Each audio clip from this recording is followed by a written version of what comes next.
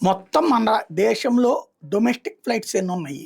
ఆ ఫ్లైట్‌లకి ఇప్పుడు కొత్త డీజీసీ నిబంధనల ప్రకారం ఎంతమంది సిబ్బంది కావాలి?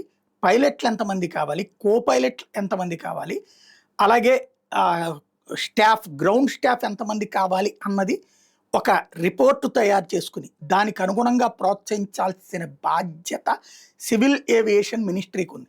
వాస్తవంగా మనోళ్ళందరూ డాక్టర్లు, ఇంజినీర్లు తప్పించి ఇంకొక జీవితం తెలియట్లేదు. అసలు ఏవియేషన్ డిపార్ట్‌మెంట్‌లో కుప్పలు తెప్పల ఉద్యోగాలున్నాయి. ప్రపంచవ్యాప్తంగా విపరీతమైన అవకాశాలున్నాయి. ఎందుకంటే రోజు రోజుకి జనపు ఆలోచన మారిపోయింది. బస్సులు పోయినాయి. బస్సుల్లో విలాసవంతమైన బస్సులొచ్చినియి. ఆ పైన కార్లు, ఆ పైన ఇప్పుడు రైళ్ళు, అందులో విలాసవంతమైనటువంటి ప్రయాణం. అది పోయి ఇప్పుడు ఫ్లైట్‌లకి ఎక్కువ మొగ్గు చూపుతున్నటువంటి పరిస్థితి. ప్రపంచవ్యాప్తంగా ఈ ట్రెండ్. తక్కువ సమయంలో గమ్యం చేరటం అన్నటువంటిది ప్రజల యొక్క ఆలోచన. ఇదివరకు ఇవాళ ఎక్కేస్తే రేపెళ్దాం, ఎల్లుండెళ్దాం అనే ఆలోచన లేదు. సమయాన్ని డబ్బుతో కొలుస్తున్నారు పబ్లిక్. దాంతో విమానాలకి ఎక్కువ ఇష్టపడుతున్నారు. ఆ విమానాలు ఇంకా రోజు రోజుకి సంఖ్య పెరిగేవే గానీ తగ్గేవి కాదు.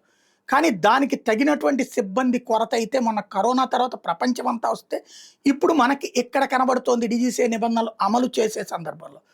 ముందు ఓ పక్కన దానికి తగినటువంటి విద్యా సంస్థలు లేవు. అతి పరిమితంగా ఉన్నాయి. ఏ బేగంపేటలో ఏవియేషన్ సెంటర్ లాంటి చోట్ల తప్పించి లేవు.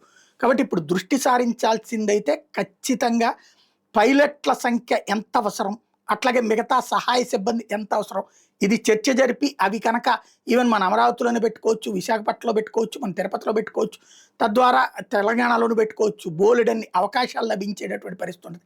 చర్చ ఆ దిశగా జరిగితే ప్రయోజనం అవుతుంది.